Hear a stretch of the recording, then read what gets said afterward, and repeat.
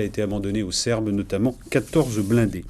Invité de ce journal, Ronny Broman. Ronny Broman, vous étiez il y a encore un an président de Médecins sans frontières. Aujourd'hui, vous avez pris un tout petit peu de distance. Est-ce que ce que vient de décider Maître Henri Leclerc au nom de la Ligue des droits de l'homme, est-ce que la décision du Premier ministre polonais de dénoncer l'ONU et son incapacité à faire face à la barbarie serbe, est-ce que ça vous semble être des décisions utiles ?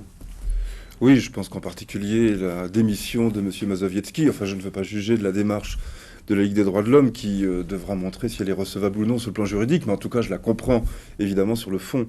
Mais la décision de M. Mazowiecki, qui tout au long du conflit a fait la preuve d'un courage, d'une loyauté, d'une détermination à se battre contre l'inertie ou le cynisme de l'ONU, sa démission est aujourd'hui la preuve que la fiction, le décor ont été pulvérisés par les faits en Bosnie. Je crois qu'il faut rapprocher de ça, il faut faire une relation très forte entre la démission de Mazowiecki et ce processus de levée progressif, enfin ce processus progressif de levée de l'embargo qui est en train d'être décidé aux États-Unis. Parce que c'est finalement le moment où l'on se rend compte que cette espèce de montage diplomatico-humanitaire avec un semblant, avec des soldats virtuels, comme l'a dit un observateur attentif, eh bien, ce montage-là, il ne fonctionne plus. Et aujourd'hui... Est-ce que ça veut dire que vous, Ronny Broman, vous qui avez défendu l'humanitaire, vous êtes pour la guerre ?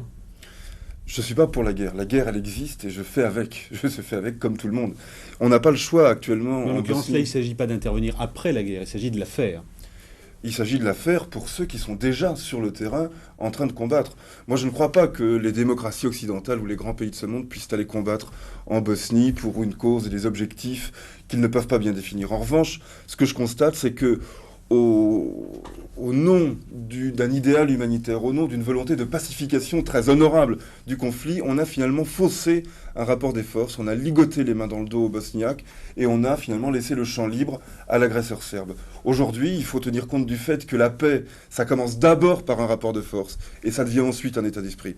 Eh bien, ce rapport de force, il faut le restaurer et je crois que la levée de l'embargo, ou en tout cas le soutien de plus en plus fort que ce processus pourrait apporter aux Bosniaques, ça va dans le sens d'un rétablissement du rapport des forces, donc à terme, peut-être d'une issue au conflit. Et d'un retrait de toute façon de la force PRONU si jamais on levait l'embargo. C'est évident, c'est l'évidence même. La force PRONU, dans l'état où elle est, elle ne sert plus à rien, bien sûr. Est-ce que la décision de Mazowiecki, le Premier ministre polonais, donc de la décision d'un politique, vous réconcilie, vous, l'homme de l'humanitaire, d'une certaine manière avec les politiques qui souvent vous utilisent sur le terrain ?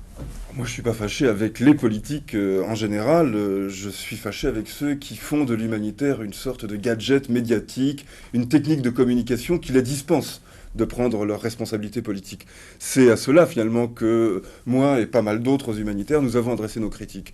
Mais heureusement, des gens comme Mazowiecki et puis d'autres qui ont fait la preuve dans des gouvernements et à des places qui sont difficiles parce que personne ne peut prétendre aujourd'hui que la clé du conflit en Bosnie, il la détient. C'est pas vrai, c'est un mensonge, on n'est plus à l'âge des marchands d'illusions.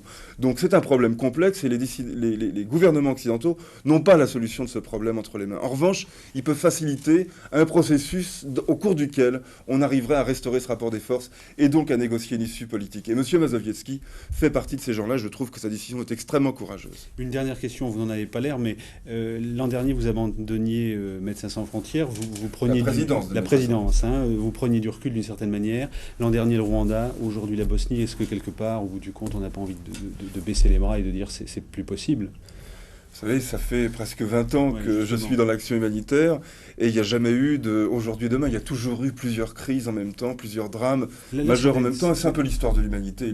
L'histoire de l'humanité est faite de ces conflits, de ces horreurs et puis aussi des gens qui essayent de se battre contre ces conflits et contre ces horreurs à leur place et avec leurs méthodes respectives. C'est un peu ça. Je ne crois pas qu'aujourd'hui, la situation soit plus tragique, plus horrible. Il n'y a pas une barbarie particulière aujourd'hui. Non, je ne pense pas malheureusement. Merci Ronny Broman. Retour en France avec l'enquête sur l'attentat du RER.